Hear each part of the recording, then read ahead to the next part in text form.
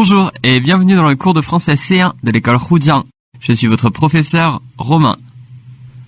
Aujourd'hui, on va faire un cours en 2 parties. Donc le cours d'aujourd'hui sera la première partie de ce cours et la prochaine fois on fera la deuxième. C'est un cours qui portera sur l'exposé oral. Plus précisément, faire un exposé oral à partir de documents écrits. Pourquoi on fait un cours là-dessus ? Parce que l'exposé oral à partir de documents écrits, c'est une épreuve du DALF C1 qui consiste à synthétiser et présenter devant un jury les éléments importants de différents documents.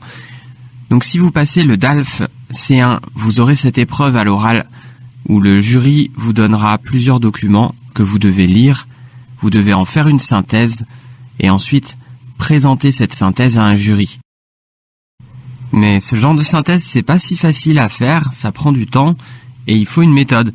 Donc aujourd'hui, on va apprendre à faire ça. C'est également assez fréquent de devoir faire ce type d'exposé à l'université ou dans la vie professionnelle lors de présentations. Si vous êtes à l'université en France ou même plus tard pendant votre travail, vous aurez sûrement des présentations à faire. À l'université en France, je sais qu'il y en a plusieurs par an. Donc chaque année, vous devez faire plusieurs présentations devant toute votre classe. Et donc c'est une présentation orale, c'est un petit peu la même chose, synthétiser des textes, synthétiser différents documents et présenter tout ça devant la classe. Donc c'est bien d'avoir une méthode pour faire ça, parce que sinon c'est une situation qui peut être très stressante si vous n'avez pas de méthode. Donc voilà pourquoi on va apprendre à faire ça. Donc lors du DALF C1, l'exposé dure de 10 à 15 minutes et est suivi d'un entretien avec le jury. Donc vous avez beaucoup plus de temps pour préparer votre exposé, mais l'exposé dure 10 à 15 minutes. Donc pendant ces 10 à 15 minutes, vous ne faites que parler. Et ensuite, vous avez un entretien avec le jury qui pourra vous poser toutes les questions qu'il veut, ou vous poser des questions qui sortent un peu du sujet, de toute façon comme ils veulent. Donc, à partir des documents proposés, vous devez préparer un exposé oral devant un jury. Pour ce faire, vous devez dégager le thème commun aux différents documents, former un plan logique et structuré afin de présenter une synthèse claire permettant de faire ressortir des documents étudiés les points importants. Donc, quand vous êtes devant votre feuille avec tous les documents, première chose à faire, c'est ne pas paniquer. N'ayez pas peur, c'est pas grave. Donc il faut que vous preniez votre temps, vous lisez les documents et vous essayez de trouver le thème commun à tous ces documents. Il y aura forcément des thèmes en commun dans les documents, donc essayez de trouver le thème commun. Ensuite, il faut former un plan. On a déjà fait des cours dans lesquels on faisait des plans, on va encore devoir en faire un. Donc un plan logique et structuré, de façon à présenter une synthèse qui est claire, qui est précise, et qui permet de montrer les points importants de chaque document. Donc on va commencer par voir ensemble la méthode qu'on va utiliser pour faire cet exposé. La première chose à faire, c'est de prendre connaissance des documents à analyser. Forcément, on vous donne des documents, commencez par les lire. Prenez votre temps pour les lire, comme à chaque fois, vous ne pouvez pas trouver toutes les informations dès la première lecture, c'est impossible. Donc prenez votre temps, essayez de comprendre le sens global lors de la première lecture, et de toute façon vous relirez les textes après pour comprendre mieux les détails. Donc ensuite, une fois que vous avez pris connaissance des documents, il faut les relire et en extraire les idées principales, les mots et les expressions clés. Donc ça c'est important, vous relisez les documents, et ici votre but c'est vraiment de sortir les idées principales de chaque document.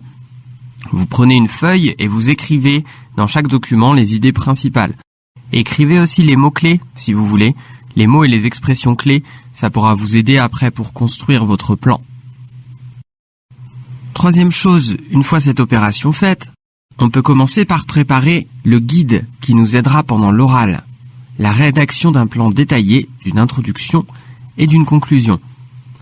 Comme c'est un exposé oral, vous ne pouvez pas écrire tout l'exposé sur votre feuille. Pourquoi on ne peut pas écrire tout l'exposé ? Parce que le but, c'est de parler avec le jury, c'est pas de lire votre feuille. Si vous écrivez tout l'exposé sur votre feuille, vous ne pourrez pas retrouver les informations importantes quand vous en aurez besoin.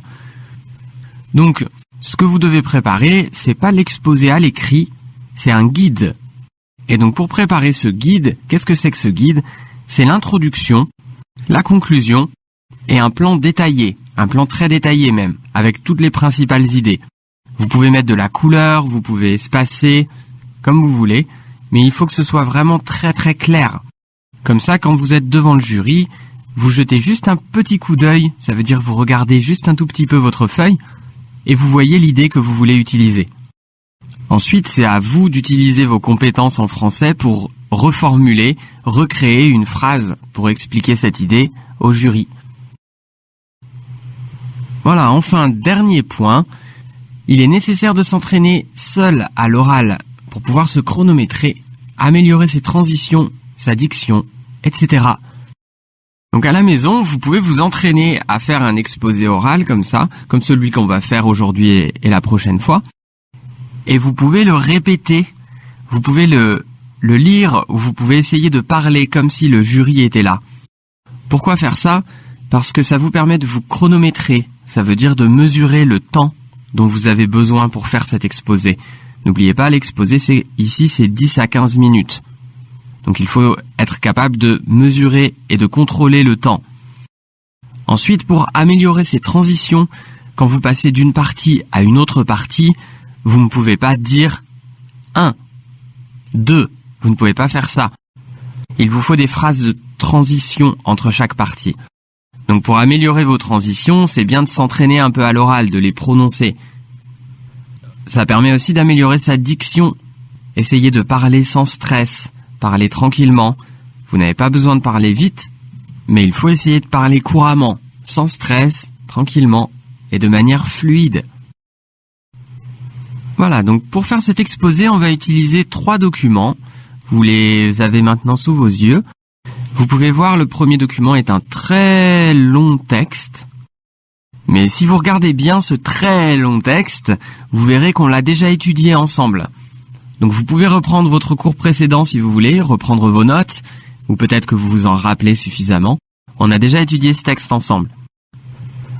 Le deuxième document est un nouveau texte qu'on n'a pas encore étudié, mais il n'est pas très long. Et le troisième document, c'est un tableau qu'on a vu également ensemble. Donc, pour commencer, je vais vous demander de regarder ces documents, de les lire, et de répondre à la question « Quelle est la nature de ces 3 documents ? D'où proviennent-ils » Donc ici, je vous demande seulement la nature du document. Qu'est-ce que c'est? Est-ce que c'est un article? Qu'est-ce que c'est? Et enfin, d'où proviennent-ils? C'est-à-dire, ils viennent d'où? Qui a créé ces documents? Voilà, donc je vous laisse un peu de temps pour regarder les 3 documents, lisez-les tranquillement, et ensuite répondez à la question.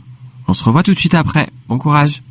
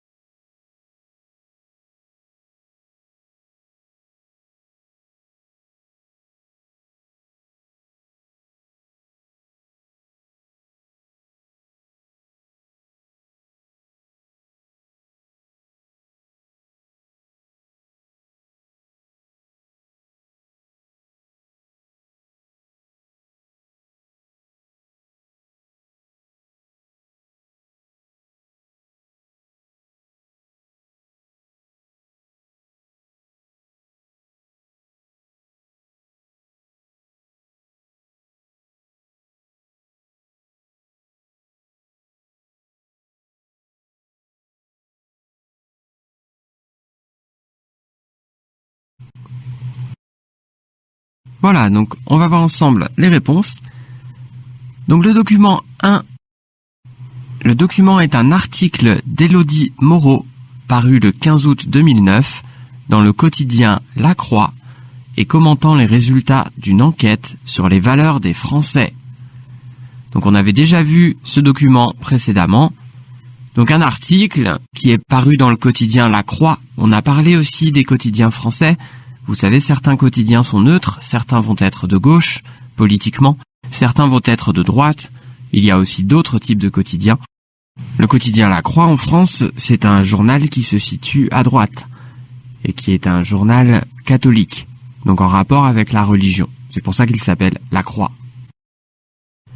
Le document 2. Ce texte est une critique du livre de François de Singly, L'individualisme est un humanisme, par Martine Fournier, pour le magazine Sciences Humaines d'octobre 2005. Donc le texte numéro 2, c'est le seul texte qu'on n'avait pas vu avant. Donc j'espère que vous avez au moins trouvé la nature du texte, c'est écrit juste en dessous. Donc c'est une critique. Qu'est-ce que c'est faire une critique? C'est donner son opinion sur quelque chose ou sur quelqu'un. Donc ici, c'est une critique du livre de François de Singly, L'individualisme est un humanisme. Et donc c'est Martine Fournier qui critique ce livre. Et c'est fait dans le magazine Sciences Humaines en octobre 2005. Donc une critique, ça peut être positif, ça peut être négatif. Par exemple, si Martine Fournier dit « Ce livre est une merveille, c'est très bien écrit, c'est magnifique ». Ok, ça c'est une critique positive. Elle peut aussi dire « Ce livre est nul, c'est de la merde ». Ça c'est une critique très négative.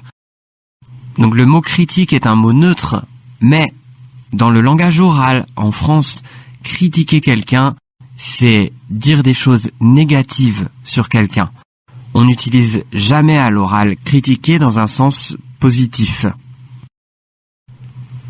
Enfin, le troisième document, c'est un tableau présentant l'évolution des valeurs considérées comme importantes par les Français de 1990 à 2008. Ce tableau provient de l'enquête Valeurs des Français effectuée par l'Arval. Donc dans ce tableau, on a les résultats de 3 sondages, un qui est fait en 1990, un qui est fait en 1999 et le dernier en 2008. Et donc chaque sondage analyse les valeurs importantes pour les Français. Voilà. Donc avant de commencer le travail sur l'exposé, on va voir ensemble le texte numéro 2, puisque c'est le texte qu'on n'avait pas expliqué avant. Donc on va voir ensemble les mots difficiles.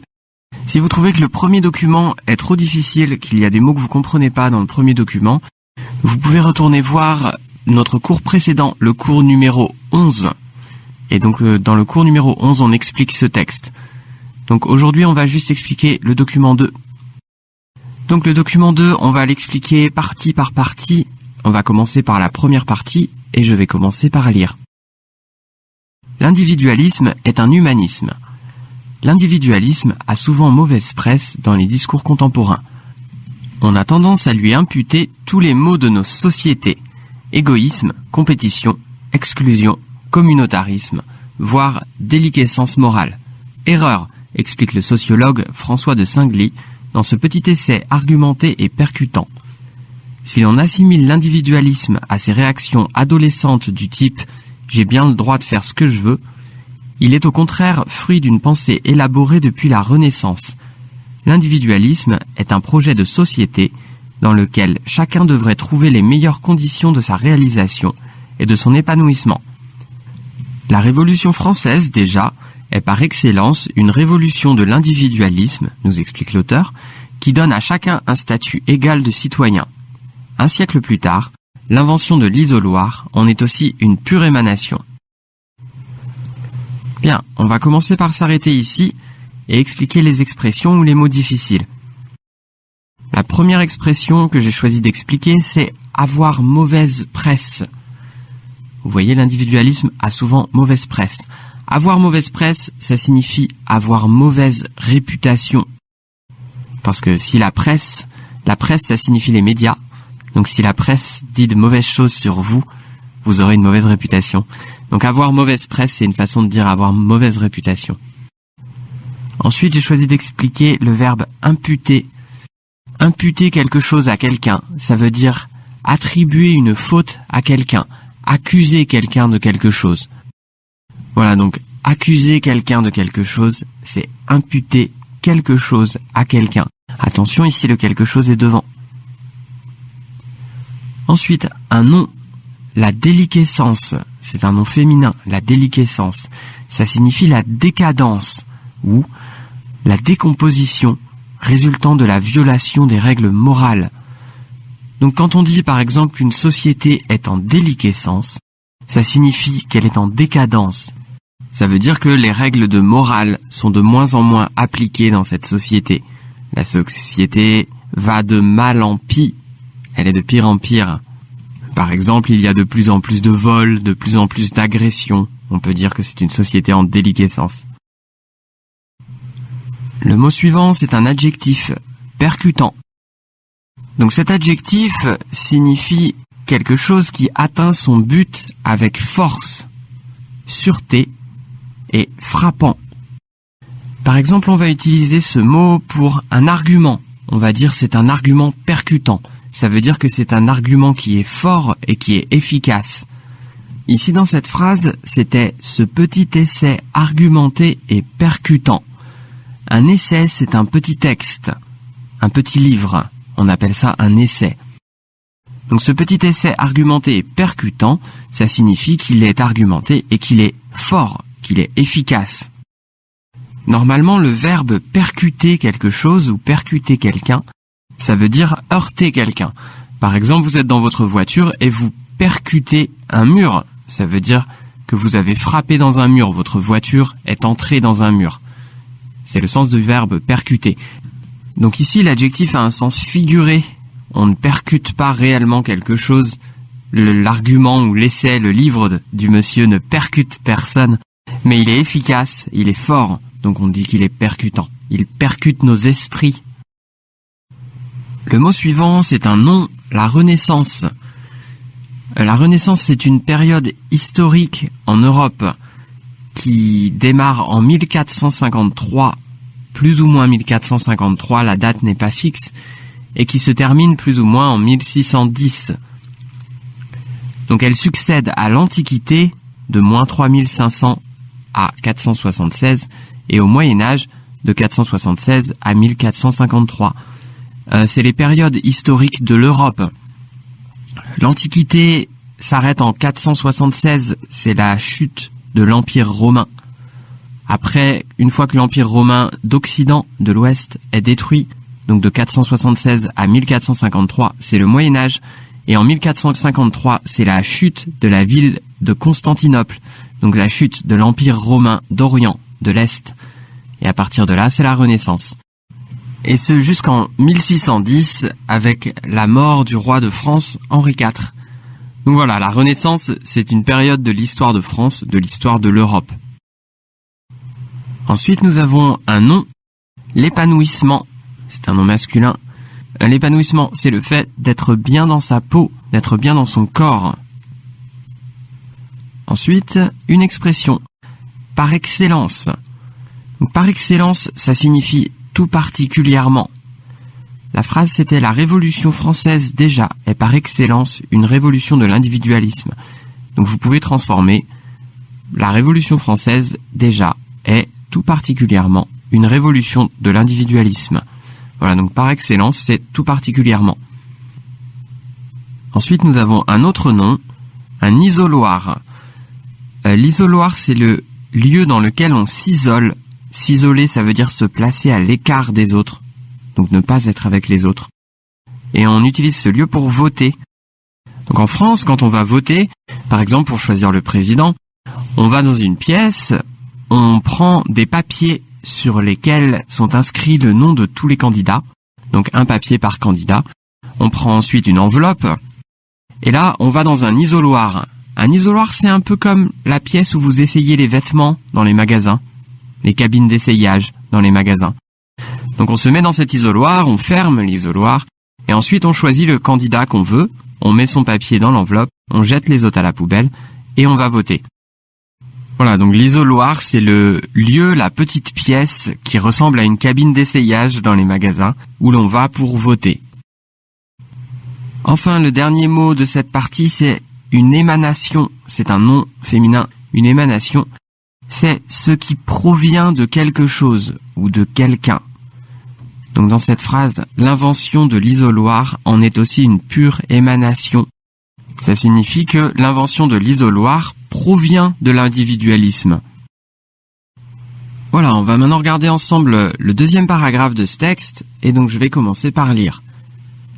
La première modernité, du 19e siècle aux années 60, a inventé l'universalisme abstrait, qui définissait tout ce que les individus ont en commun. La seconde modernité y adjoint un individualisme plus concret, qui valorise la construction des identités de chacun et de chacune, puisque l'émancipation des femmes ressortit de cette période. Mais, nous explique François de Singly, la reconnaissance des uns ne peut se faire qu'à travers les autres. Le lien social est indispensable au bon fonctionnement d'une société d'individus.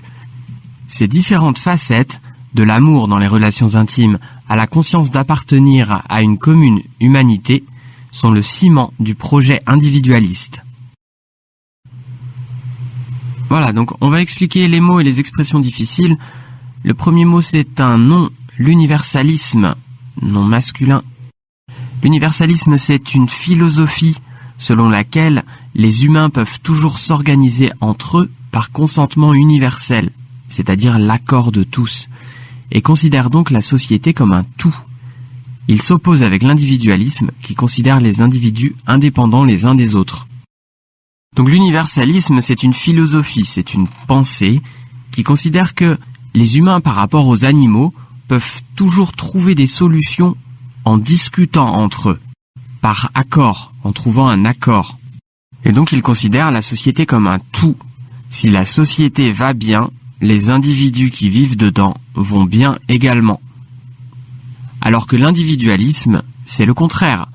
C'est l'individu qui est important, et c'est que lorsque les individus sont heureux que la société va bien. Ensuite, nous avons un adjectif abstrait.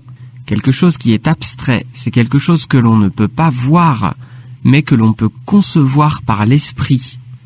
Donc une chose abstraite, c'est une chose qu'on ne peut pas voir, qu'on ne peut pas toucher, mais à laquelle on peut penser et réfléchir. Une philosophie, par exemple, c'est un concept abstrait. Ensuite, l'adjectif abstrait a un deuxième sens qui signifie quelque chose qui est difficile à comprendre, parce qu'il y a un manque de référence à la réalité. Donc quelque chose de trop loin de nos vies réelles, et donc très difficile à comprendre. Ici, c'est ce sens qui a été utilisé.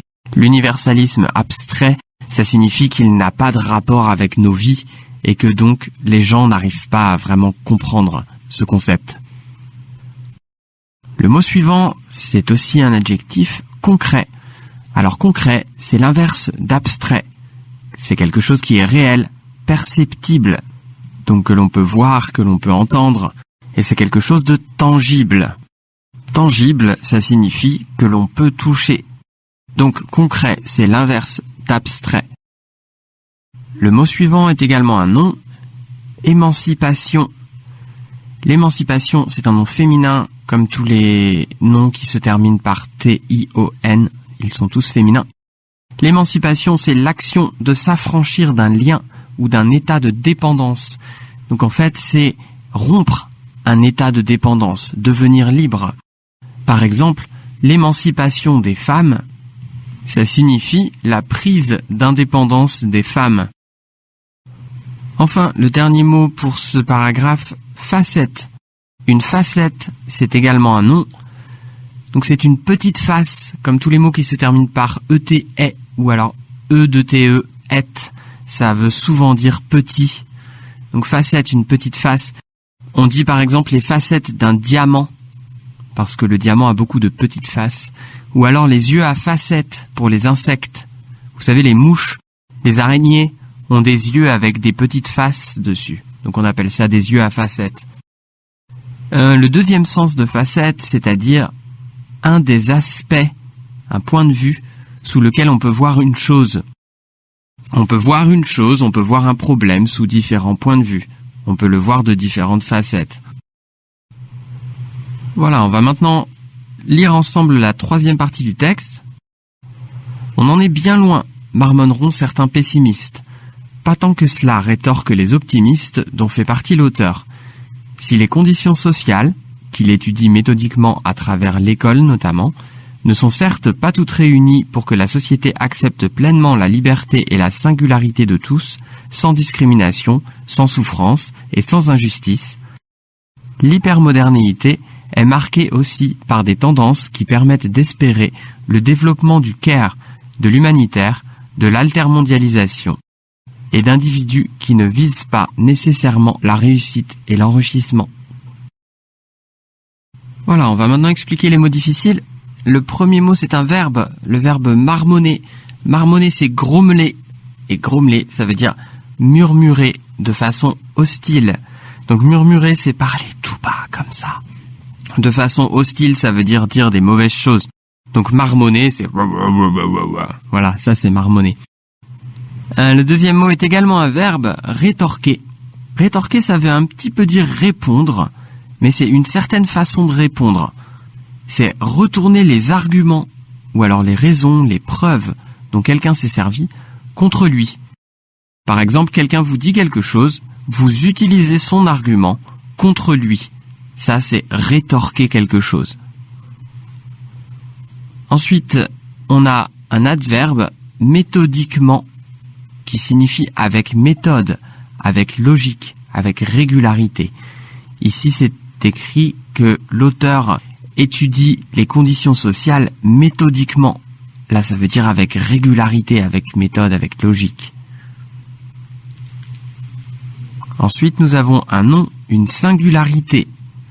Une singularité, c'est ce qui rend une personne singulière, c'est-à-dire différente, particulière. Par exemple, on peut dire « Ce garçon a un visage singulier ». Ça signifie qu'il a un visage particulier, différent des autres. Ça ne veut pas dire qu'il est mieux, ça ne veut pas dire qu'il est moins bien, ça veut dire qu'il est différent. Ensuite, nous avons un autre nom féminin, l'hypermodernité. Alors, ce qui vient après la modernité s'appelle la post-modernité. Post veut dire après. Donc, après la modernité, il y a la post-modernité. La société actuelle est post-moderne. Ensuite, ce qui viendra après la post-modernité s'appelle l'hypermodernité. C'est encore plus post que post. C'est hyper moderne. Finalement, on a encore deux mots. Le premier, care, c'est le mot anglais to care for something, qui signifie en français tenir à quelqu'un. Ici, quand ils disent le développement du care, ça veut dire le fait qu'il se développe une sorte de conscience dans laquelle on veut aider les autres. Et le dernier mot, c'est encore un nom. Vous avez deviné, c'est un nom féminin, puisqu'il se termine par T-I-O-N. L'altermondialisation. Le monde actuellement est en train de se mondialiser, c'est-à-dire que les échanges parcourent toute la planète, qu'un produit fabriqué dans un pays est vendu dans un autre produit, ça c'est la mondialisation. L'altermondialisation, c'est un concept qui réclame une autre mondialisation, qui ne serait pas basée sur l'économie et sur le marché, mais qui serait basée sur le bien-être des gens. Voilà, l'altermondialisation.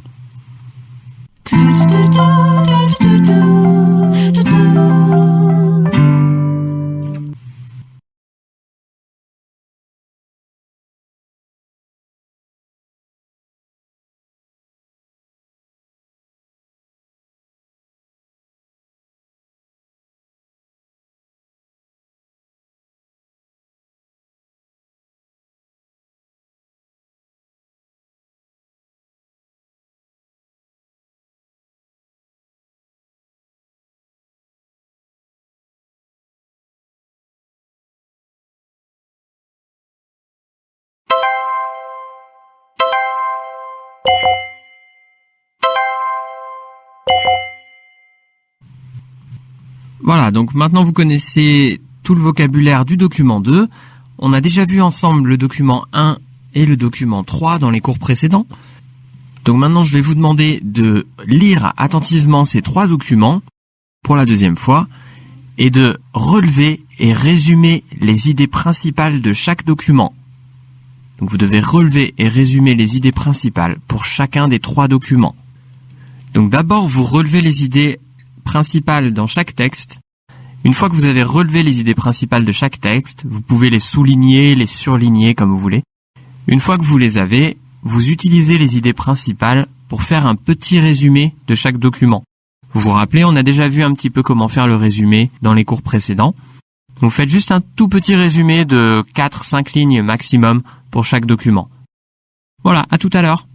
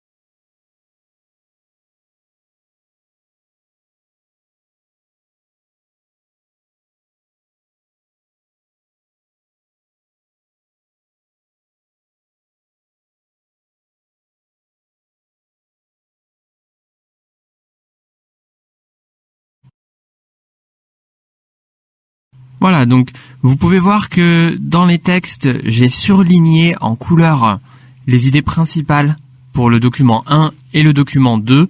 Je ne l'ai pas fait dans le document 3, comme c'est un tableau, les idées principales sont assez visibles déjà.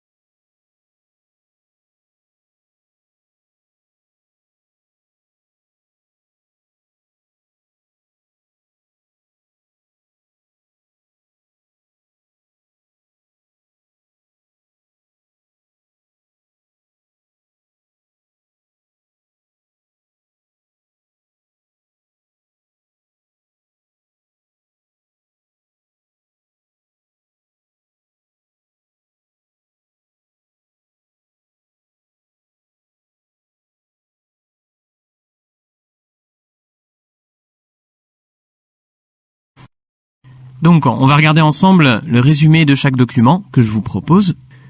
Donc, pour le document 1, tout d'abord, l'analyse du sondage explique que les Français considèrent la liberté et l'égalité comme très importantes.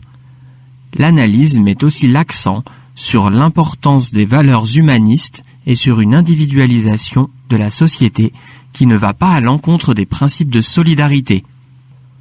Donc, qu'est-ce que ça veut dire ? Les Français considèrent la liberté et l'égalité comme très importantes.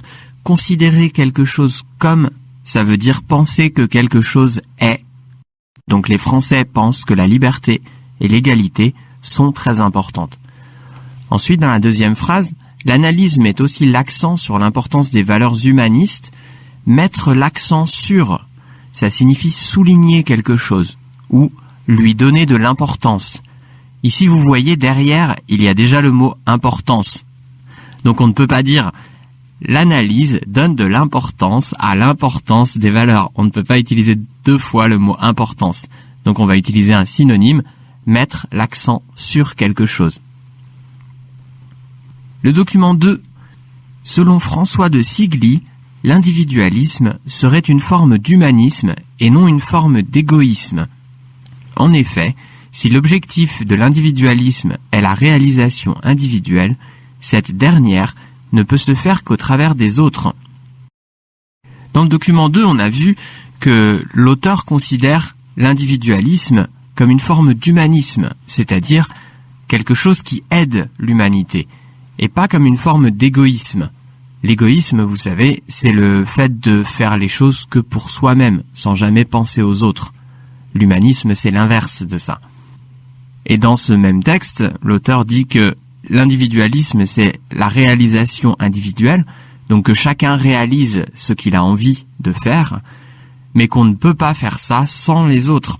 On a besoin des autres, on a besoin de l'aide des autres, on a besoin d'aider les autres pour réussir à faire ce qu'on veut. Donc ce n'est pas une forme d'égoïsme. Ici, si vous regardez la deuxième phrase, en effet, si l'objectif de l'individualisme est la réalisation individuelle, cette dernière ne peut se faire qu'au travers des autres. Cette dernière, ici, remplace la réalisation individuelle. En français, on ne peut pas utiliser deux fois le même mot dans la phrase, donc on utilise d'autres mots pour les remplacer. Cette dernière, ici, c'est la réalisation individuelle. Enfin, le document 3. Le tableau montre que les valeurs importantes aux yeux des Français sont restées les mêmes au fil du temps. Au fil du temps, ça veut dire à travers le temps. Ça veut dire d'année en année. La famille étant largement plébiscitée, plébiscité, ça signifie approuvé par une large majorité, devant le travail, les amis et les loisirs, la religion et la politique. Ces deux dernières valeurs sont les seules à avoir changé de place au cours de la période concernée. Donc au cours de la période concernée signifie pendant la période que l'on étudie. La politique prenant la place de la religion en 2008. Donc ici c'est juste un petit commentaire du tableau pour résumer les idées principales du tableau et on voit que les valeurs importantes pour les Français ne changent pas, sauf la religion et la politique qui s'inversent lors du dernier sondage fait en 2008. Voilà, donc vos résumés sont peut-être pas exactement les mêmes, c'est pas grave, l'important c'est d'avoir les mêmes idées principales dans chaque résumé, d'avoir relevé plus ou moins les mêmes idées principales. Regardez dans les textes, toutes les phrases en couleur sont les idées que j'ai considérées comme importantes. Donc si vous avez relevé à peu près ça, c'est bon. Voilà, maintenant qu'on a fait le résumé, je vais vous poser une question par rapport à ces 3 documents. Et vous allez pouvoir prendre votre temps. Il faudra que vous me donniez la réponse au prochain cours. Donc la question, quel est le thème commun à ces 3 documents? Quel est le thème commun à ces 3 documents? Donc vous prenez votre temps chez vous, vous relisez les textes, vous relisez les résumés qu'on a écrits, vous regardez les idées principales que vous avez relevées, et vous me dites quel est le thème commun à ces 3 documents. Voilà, et en attendant votre réponse, je vous souhaite une bonne journée et on se revoit au prochain cours. Au revoir. L'horloge tourne, les minutes sont des rides et moi je rêve d'arrêter le temps.